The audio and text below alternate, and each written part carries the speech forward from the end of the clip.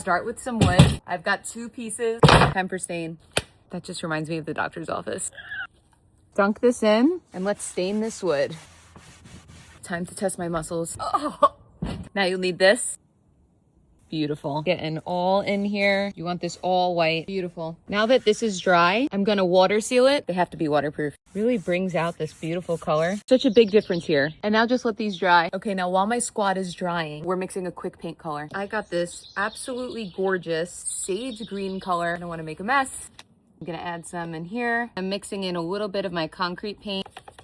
I didn't want to spend the money to get this in concrete paint. Much cheaper to just get the concrete paint in white. And then I'm just fortifying the color that I like. Now it's time to paint. I'm just painting some florals on here because I think that'll look really good. Just really simple shapes. Now let's add white. And now check this out. I did all of these like this. So here they are. Unfortunately, my yoga pants have been sacrificed to the craft gods, but it was worth it.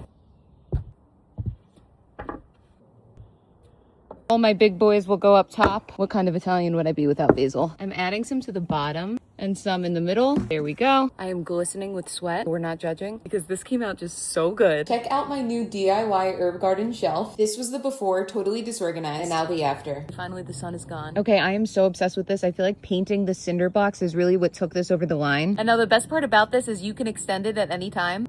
I love it. Looks so cute. I made this DIY garden shelf out of cinder blocks and wood, but I've decided that we need to take it up a notch. I have a bunch of wooden spoons. Got some painter's tape. I'm ripping it into smaller pieces. I'm adding the tape right around like this, just a little above the head. And yes, that's his head. Next, I have white spray paint. Sometimes they don't want to open. And now I'm just letting my squad completely dry. These are dry now, so we can take this off. These look great. Time to decorate. These are paint markers, and now I'm decorating each spoon.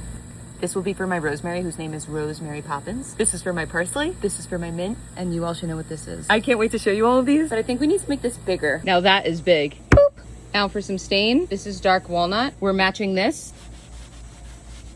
I had a little accident. These look great. And now these guys, I want to match this. Now we need this. Dunk in and seal.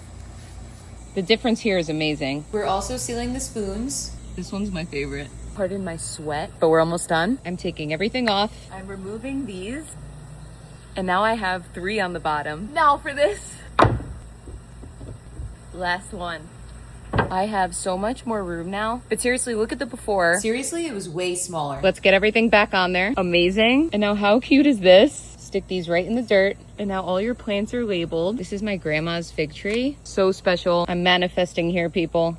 I love my mojito in training. Little Harry Potter reference. Rosemary Poppins. My mom is one of those people. Obviously Parsley's curly twin. Now look how cute this is. Plants have to have names, I'm sorry. I feel like they grow better when they have an identity. This is seriously so cute. And then everything just perfectly matches exactly what I had before, which is why I love this craft. You can always just keep adding to this. Last little option here is that you can actually turn the cinder blocks around. So one more time, here's the before and here's the after. Let me know which one you like the best.